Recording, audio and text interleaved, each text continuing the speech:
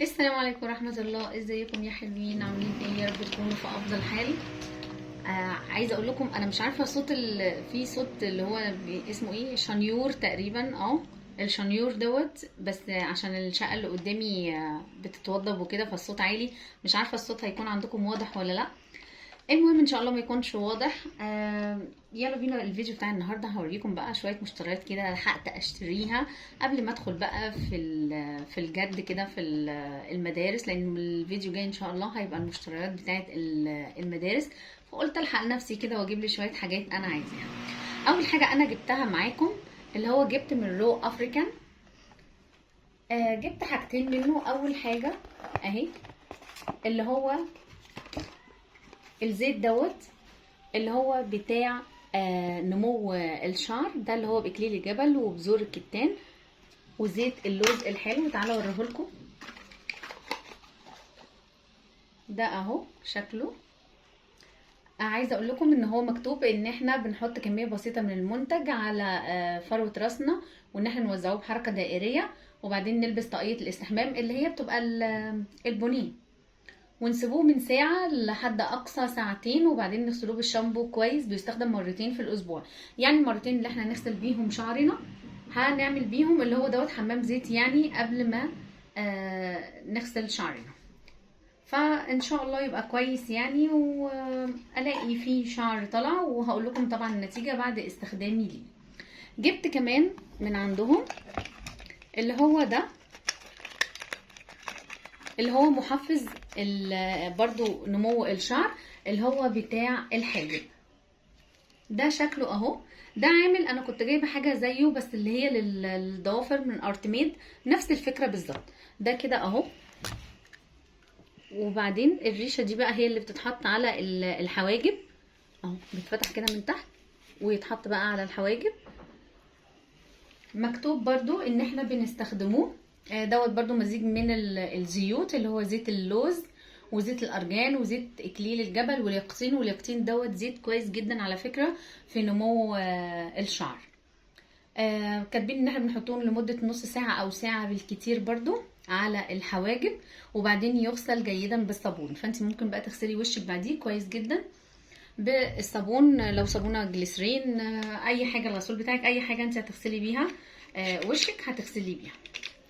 سعرهم عامل كام؟ الاتنين دول كانوا مع بعض عاملين، يعني انا خدت الاولاني، المفروض الاولاني دوت كان ب200 وحاجه، 250 تقريبا او 270 مش فاكره، والتاني كان ب120. فالاتنين على بعض المهم عملوني ديسكاونت لما خدت الاتنين مع بعض، عملوا 355. نيجي بقى للي بعد كده اللي هو البايو سوفت.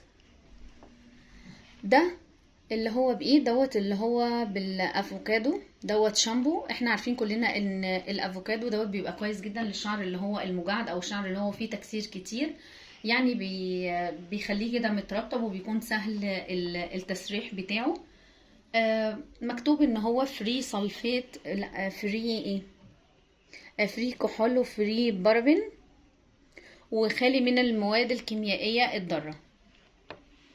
وجبت كمان، انا اول مره على فكره استخدم، انا استخدمت كذا حاجه من بايو سوفت قبل كده، بس اول مره استخدم شامبو من بايو سوفت، واول مره كمان استخدم كونديشنر بلسم من بايو سوفت. على فكره هو سعره الواحد عامل 70 جنيه او 75 جنيه الواحد، عشان الاتنين انا فاكره ان انا جبتهم ب150. دوت بقى جبته بالشيا باتر والارجان. انا بحب جدا جدا الشيا باتر، فعلا فعلا بترطب الشعر كويس قوي. هتلاقي شعرك سهل كده التصفيف، سهل التسريح، بيخليه مترطب يعني ممكن اكتر من يومين كمان. بيمنع الهيشان. فالشيا باتر حلوة جدا، وكمان معاها الارجان، فان شاء الله يكون كويس. بس ده اللي انا عايزه اقوله عنه. وكاتبين كمان في الشامبو ان هو بيمنع التساقط، يعني بيساعد ان هو بيمنع التساقط. هنشوف اما نستخدمه هنشوف. اللي بعده بقى جبت دي اللي هي بتاعه الرموش، عارفينها، لان انا على فكره مش بحب احط ماسكارا كتير علشان ما اتبهدلش فيما بعد يعني رموشي، واحتاج بقى ان انا احط حاجه تزود الرموش وكثافه الرموش، ف بحطها نادرا يعني. بص اهي اللي هي دي بتتعمل كده، انا مش والله اصلا مش عارفه هي بتتعمل ازاي يعني، انا بخاف اهي. بصوا اهي هي كده، وبعدين اقوم عامله كده اهي على الرمش وارفعه بقى لفوق.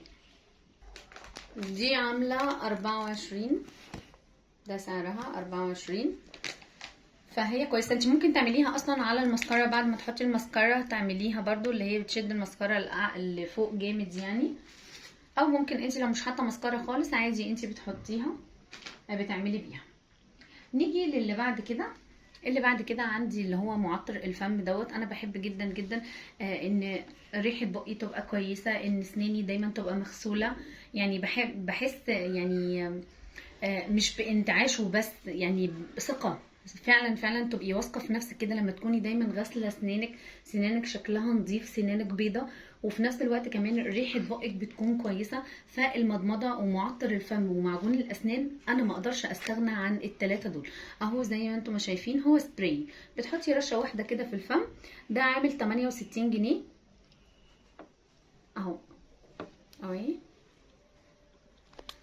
شفتيها، هي رشه صغيره خالص بتحطيها بتديكي بجد بجد انتعاش حلو جدا لبقك.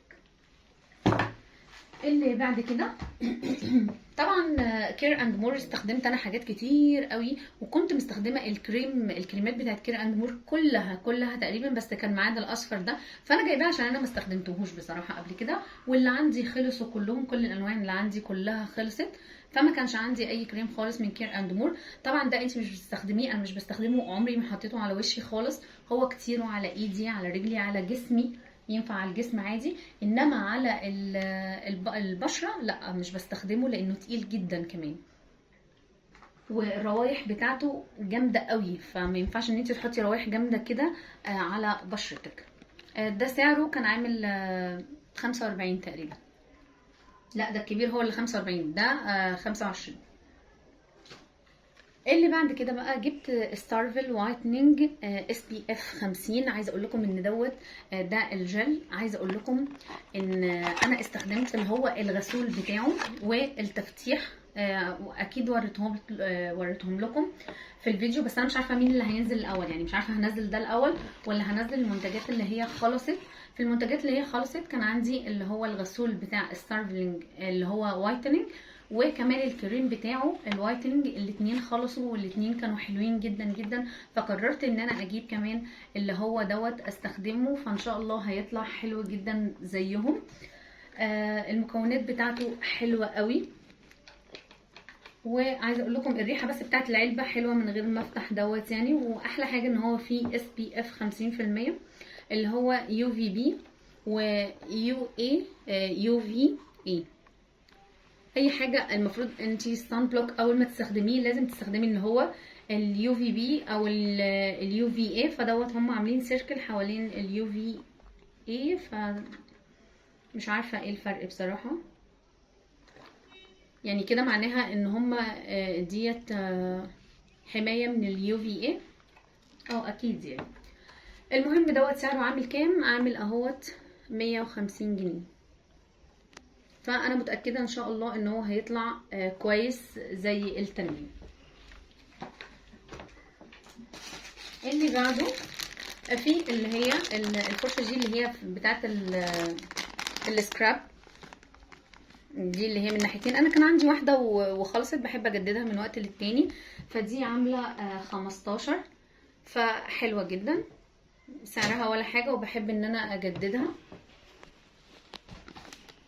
نيجي بقى للي بعد كده سباركل. انا كنت عايزه بصراحه، لان كنت سمعت ناس كتير شكرت في الشامبو بتاع سباركل، ودورت عليه كتير بس مش لاقياه، فلقيت البلسم قلت اجيبه اشوف يعني، لان سعره قليل جدا، ده بحاجه و40 جنيه، فسعره قليل وناس كتير شكرت فيه، فعايزه اشوف الاخبار يعني، هجربه ان شاء الله واكيد هقول لكم من تجربتي ايه الاخبار. نيجي بقى للي بعد كده. اللي بعد كده فيه اللي هو الغسول بتاع بوبانا. الغسول دوت بحمض الهيالورونيك. طبعا الهيالورونيك مش بيبقى واضح فيه دوت البشره الجافه والعاديه.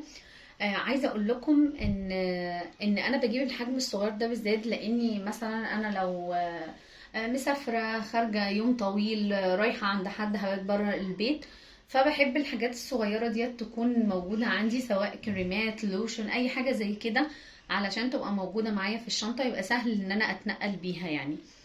بس ده طبعا انا مش هستخدمه دلوقتي خالص في الصيف، ده انا هشيله على بدايه الشتاء، لان بدايه الشتاء بشرتي بتبقى عاديه، لكن في الصيف بتبقى مايله للدهنيه اكتر. فانا كنت جايبه التاني كمان، بس عملته في المشتريات اللي قبل كده، اللي هو بتاع المخصص للبشره الدهنيه. طبعا دوت غسول يعني هنقوله بيقضي الغرض، يعني هو مش واو، بس يعني من الحاجات كويس برضو ان احنا نجيبوه. فانا زي ما قلت لكم بحب اجيبه عشان يبقى سهل ان انا اخده معايا في اي مكان. اللي بعد كده بقى جبت اللي هو فولدكس، بس دوت انا جبته من الصيدليه لان هو كريم طبي. انا كنت جبته السنه اللي فاتت لما كان حصل لي تسبغات من الشمس، فده بصراحه كان اكتر حاجه انجزني، واكتر حاجه كان كويس معايا. انا عايزه افتحه بس اوريه لكم. كان فتح معايا بشكل حلو جدا جدا، اللي هو الكريم دوت. المكونات بتاعته مستخلص عرق سوس والتوت البري، وطبعا عارفين اي حاجه فيها مستخلص العرق سوس فدي بتفتح بشكل سريع وبشكل كويس جدا. وانا بقول لكم انا جربته السنه اللي فاتت فكان حلو جدا، فجبته السنه دي عشان التصبغات اللي بتحصل بقى في وشنا، او البقع اللي بتعملها الحروق بتاعه الشمس لما بنتعرض ليها، سواء في ايدينا او وشنا. فدوت انا جبته عشان اكرره تاني، فده اصلا ممتاز، انا بحبه جدا بصراحه. ده عامل كام؟ عامل 200 وحاجة. بس كام بالظبط مش فاكرة انا عمالة ادور كده اشوف مكتوب على العلبة. هو مكتوب في ريسيد عندي بس مش عارفة فين الريسيد يعني، بس هو تقريبا هيبقى في السعر دوت. وبكده تبقى المشتريات بتاعتنا انتهت. اتمنى ان الفيديو يكون عجبكم، متنسوش تعملوا لايك وتشتركوا في القناة وشير لكل اصحابكم وكومنت عن الفيديو، واشوفكم ان شاء الله في الفيديو الجديد.